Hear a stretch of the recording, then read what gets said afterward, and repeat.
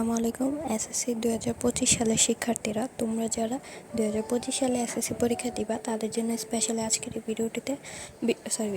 ভিডিওটি। তো আজকে কত তারিখ একটু আমি তোমাদেরকে দেখাই। আজকে হচ্ছে 31 অগস্ট, স্যাটারডে, ঠিক আছে। আজকে আমরা ভিডিওটা বানাচ্ছি। এখন হচ্ছে আগস্ট মাস শেষ, এখন আসবে সেপ্টেম্বর মাস। তোমাদের মধ্যে সবারই একটা প্রশ্ন, কোনটা কিনবা? গাইড কিনবে নাকি টেস্ট পেপার কিনবে নাকি সাপ্লিমেন্ট কিনবে? সব কিছু বলবো। তো এখন এটার উপর ডিপেন্ড করে যে এই তিনটা জিনিসের মধ্যে কোনটা তোমার কাজে লাগবে। হ্যাঁ, এই তিনটার মধ্যে কোনটা কী কাজ সেটা আগে জানতে হবে। আমি যদি গাইড বলি তাহলে গাইডের মধ্যে কি থাকে, স্পেশালি একটা অধ্যায় প্রথমে একটু নোট থাকবে, একটু অধ্যায়ের একটু ব্যাখ্যা থাকবে হালকা পাতলা, তারপর কিছু থাকবে তোমার সৃজনশীল সমাধানগুলো, অনুশীলনের পুরোটা সমাধান, তারপর বোর্ডের কিছু এমসিকিউ এবং নিজস্ব মাস্টার ট্রেনের কিছু প্রশ্ন এবং কিছু এমসিকিউ। এছাড়া আর কিছু থাকে না, বোর্ড কোশ্চেনগুলোই থাকে বেশিরভাগ, আর বিভিন্ন শীর্ষস্থানীয় স্কুলের প্রশ্ন, এইটাই থাকে গাইডের মধ্যে। আর যদি টেস্ট পেপারের কথা বলি, টেস্ট পেপার আর মেইন ইজি কিন্তু একই জিনিস। অনেকে মনে করে দুই জিনিস, বাট একই জিনিস। টেস্ট পেপার আর মেইন ইজির মধ্যে কি থাকে, বিগত বছরের বোর্ড কোশ্চেনগুলো থাকে, এটা তো মাস্ট থাকে। তারপরে থাকে হচ্ছে কি থাকে, বোর্ড থাকে, তারপর শীর্ষস্থানীয় স্কুলের প্রশ্নগুলো থাকে, তারপর একটা স্পেশাল একটা সাজেশন থাকে, যেটা তোমরা সবাই জানো হয়তো যারা কিনছো, সাজেশন থাকে। তারপরে ঘুরা ফিরে এগুলাই দিবে 2-3 বার, বোর্ড কোশ্চেনে রিপিট করে এসব, লাস্টে দিয়ে একটু হালকা পাতলা সাজেশন দেয়, এটাই, আর কিছু না। টেস্ট পেপার মেডিজের ভিতরে এগুলোই থাকে। আর সাপ্লিমেন্ট আমি আমার জীবনেও কিনি, তাই আসলে সাপ্লিমেন্টে কী থাকে এটা জানি না, কিন্তু ফ্রেন্ডদের থেকে শুনছি যে সাপ্লিমেন্ট হচ্ছে গত বছরের টেস্ট পেপারটা তোমার বছরের জন্য সাপ্লিমেন্ট, অর্থাৎ 24 সালের টেস্ট পেপারটা তোমার সালের জন্য সাপ্লিমেন্ট, আর 24 সালের প্রশ্নগুলো জাস্ট অ্যাড করে দেবে, এই যে এতটুকু, এই তিনটার এতটুকুই কাজ।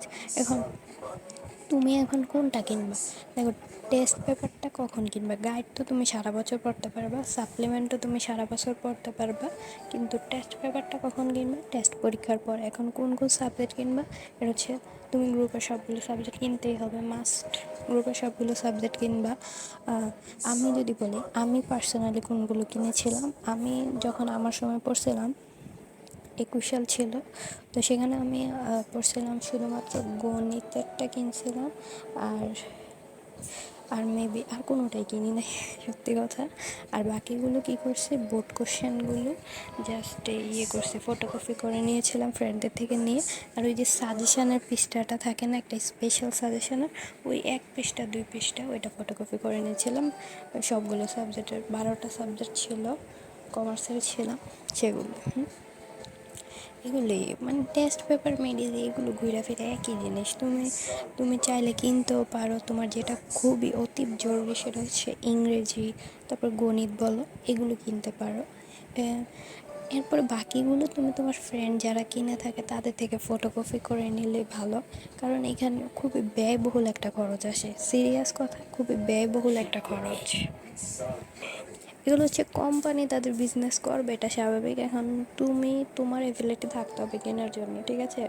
এখন দেখো অনেকে এই মুহূর্তে চাইবে যে সাপ্লিমেন্ট কিনতে, তুমি সাপ্লিমেন্ট এখন কিনো না, টেস্ট পেপার যখন আসবে তখন একবারে টেস্ট পেপার উপরে খরচ কইরো, 1-2টা টেস্ট পেপার কিনো, বাকিগুলো ফ্রেন্ড রিলেটিভস যা আছে প্রতিবেশী তাদের থেকে ফটোকপি করে নিও, সেটাই বেটার হবে। এখন এর মধ্যে প্রশ্ন থাকতে পারে যে টেস্ট পেপার কোনটা কিনবো, সেটা বেশিরভাগ শিক্ষার্থীর প্রশ্ন টেস্ট পেপার।